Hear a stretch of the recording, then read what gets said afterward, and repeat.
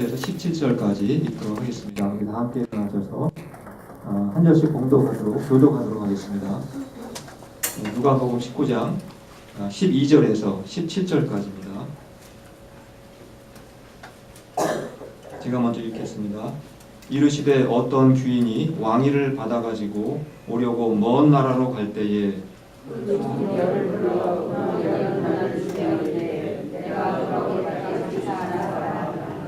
그런데 그 백성이 그를 미워하여 사자를 뒤로 보내어 이르되 우리는 이 사람이 우리의 왕됨을 원하지 아니하나이다 하였더라.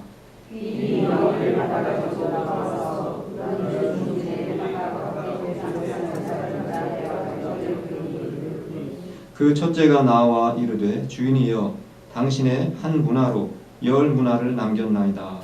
주인이 이르되 잘하였다 착한 종이여 네가 지극히 작은 것에 충성하였으니 10고을 권세를 차지하라 하고. 네, 여기까지만 읽겠습니다. 앉아주시겠습니다. 아마 대부분의 가정에 애완동물을 아마 많이 기르실 거로 생각이 됩니다. 주로 어떤 애완동물을 기르시는지 다 이미 많이 기르시겠지만 제가 귀여운 사진 한 장 가져와 봤습니다. 대개 개 아니면 고양이를 많이 키우시는 것 같습니다. 예전에 저희 교회에 계셨던 분은 고양이 6마리 키웠던 분도 계셨는데 대체적으로 고양이보단 개를 더 많이 기르는 것 같습니다. 사람에 따라서 개를 더 좋아하는 사람도 있고 또 고양이를 더 좋아하는 사람도 있는 것 같습니다. 근데 이 개와 고양이를 비교해 보면 정말 아주 뚜렷한 그런 차이점이 있다는 것을 발견하게 됩니다. 제가 그래서 개와 고양이 습성에 대해서 좀 조사를 해보았습니다.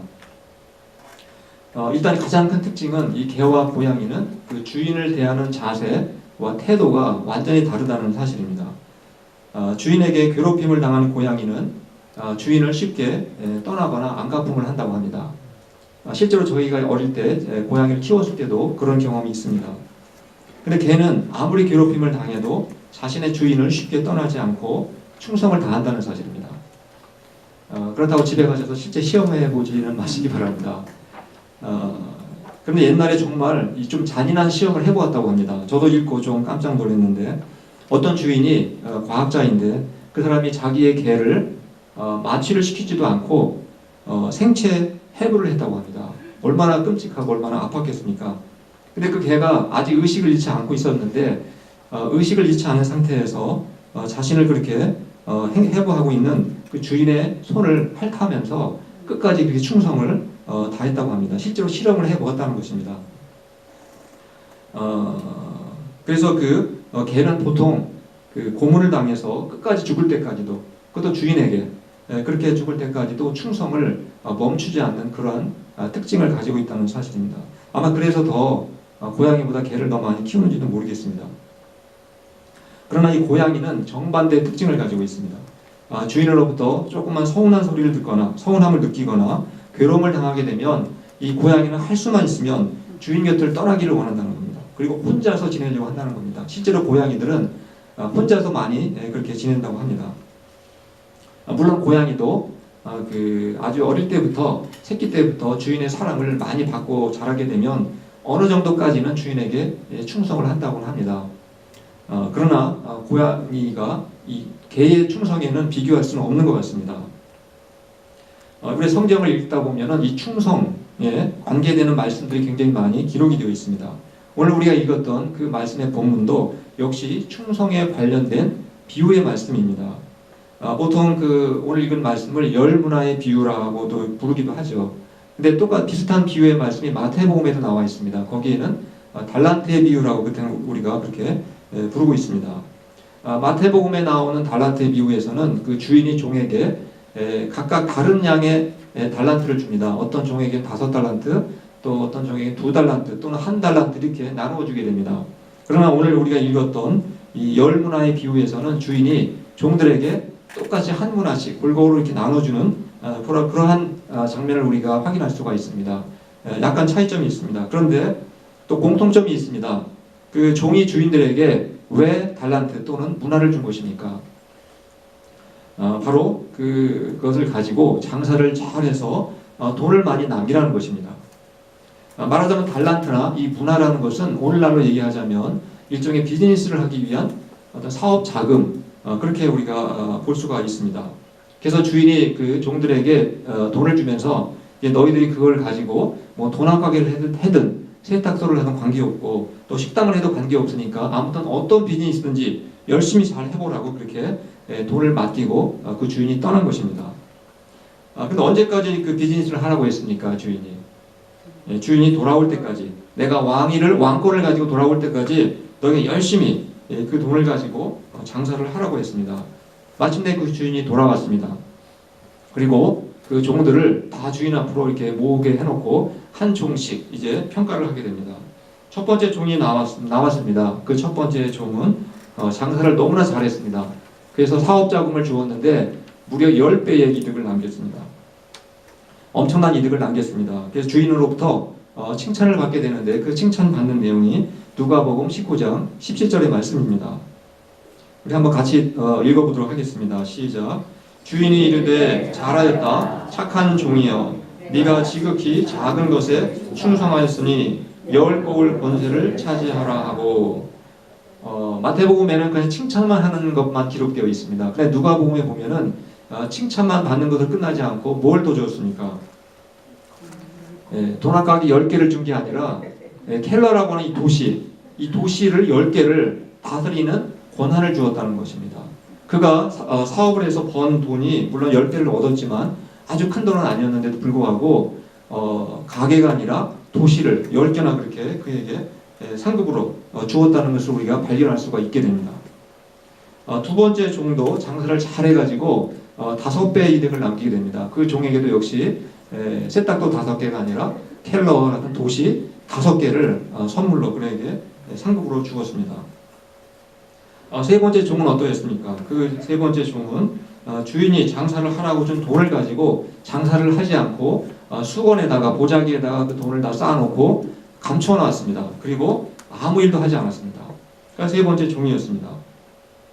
아마 이 세 번째 종은 혹시 내가 그 돈을 가지고 사업을 하다가 잘 될 수도 있지만 실패할 수도 있지 않겠습니까? 그래서 내가 혹시라도 실패를 해가지고 원금을 잃어버리면 어떻게 하나 그게 걱정이 되었습니다. 그래서 차라리 내가 원금을 까먹느니 그냥 잘 갖고 있다가 주인이 오면 그냥 돌려주면 차라리 낫겠다 그렇게 생각을 하고 그가 일하지 않았던 것입니다.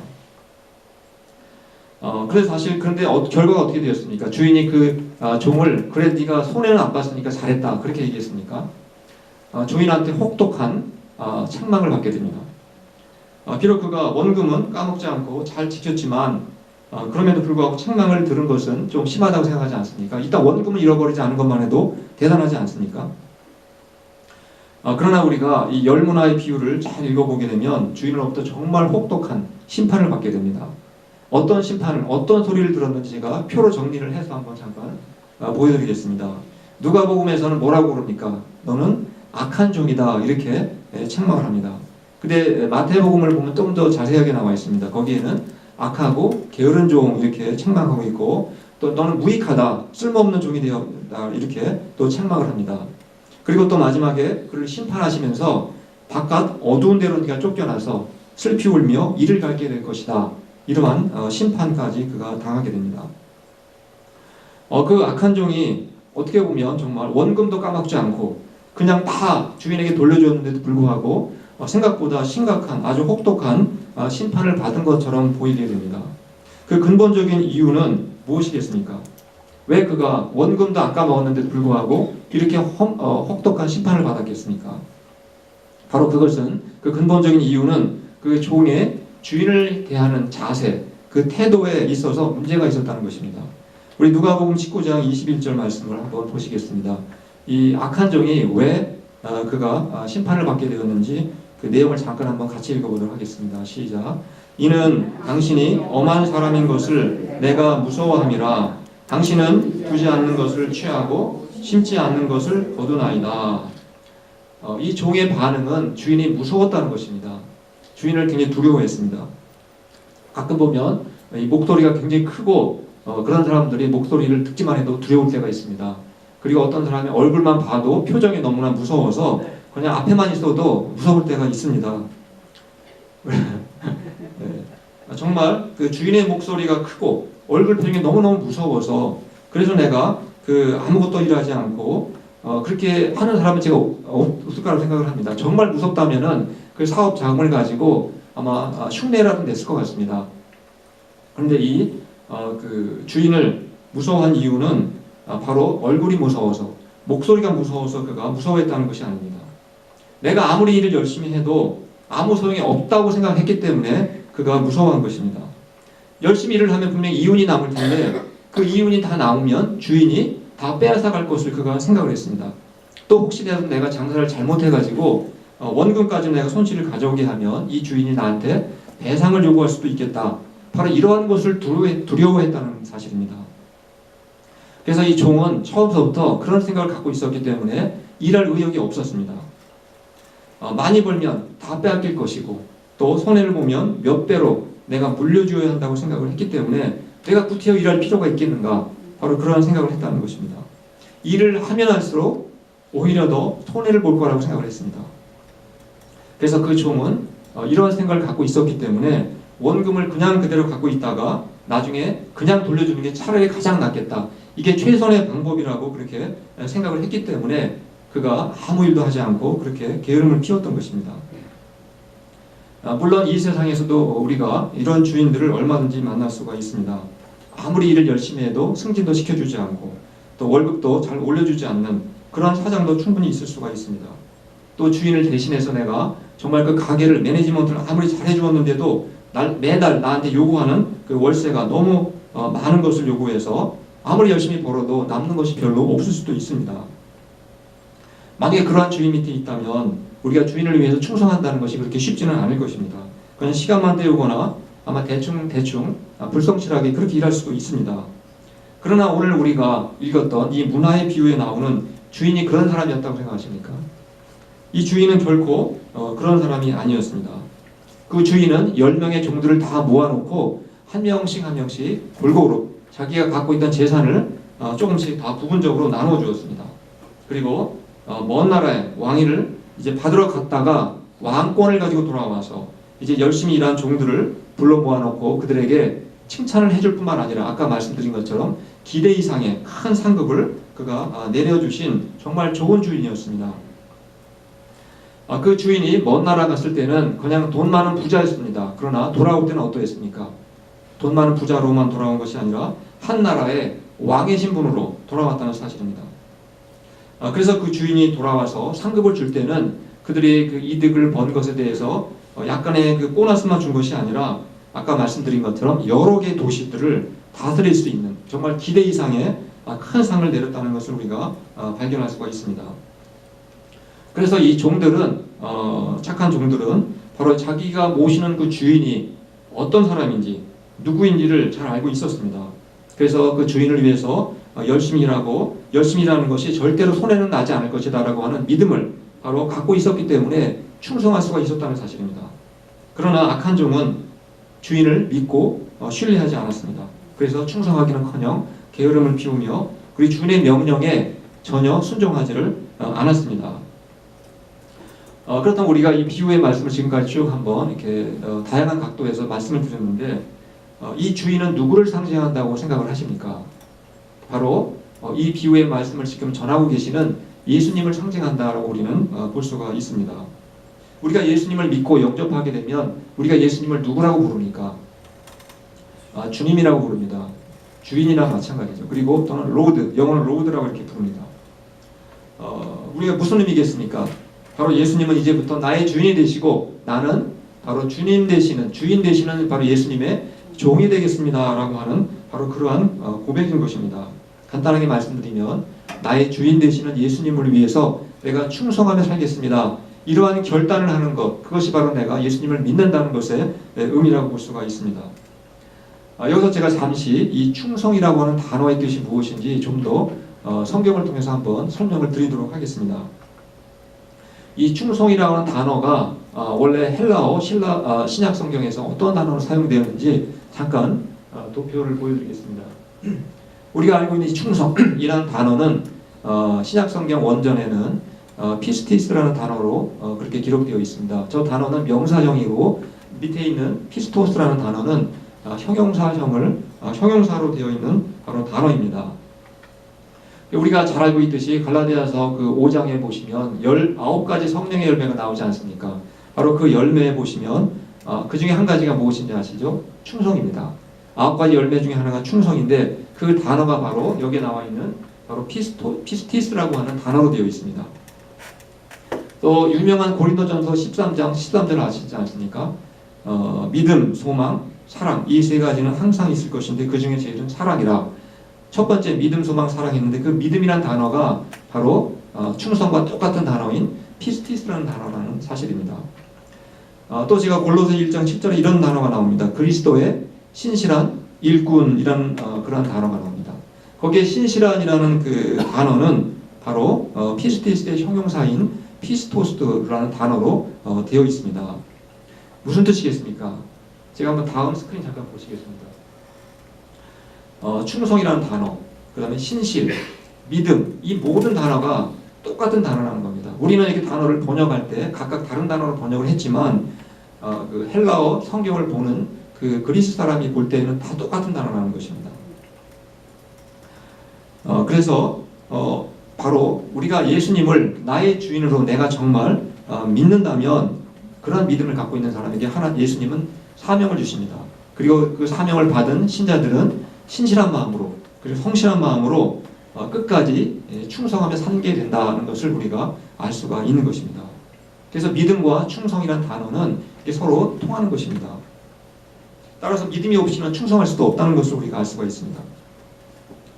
그렇다면 오늘 제가 같이 읽었던 열문화의 그 비유를 통해서 예수님이 우리에게 가르쳐 주시는 그 교훈이 무엇이겠습니까? 예수님께서 우리에게 말씀하시는 겁니다. 너희가 나를 참 구세주요 참 주인으로 너희가 믿는다면 내가 왕권을 가지고 심판하러 다시 이 땅에 올 때 정말 사명을 신실하게 그리고 성실한 마음으로 끝까지 충성을 다하라는 것입니다.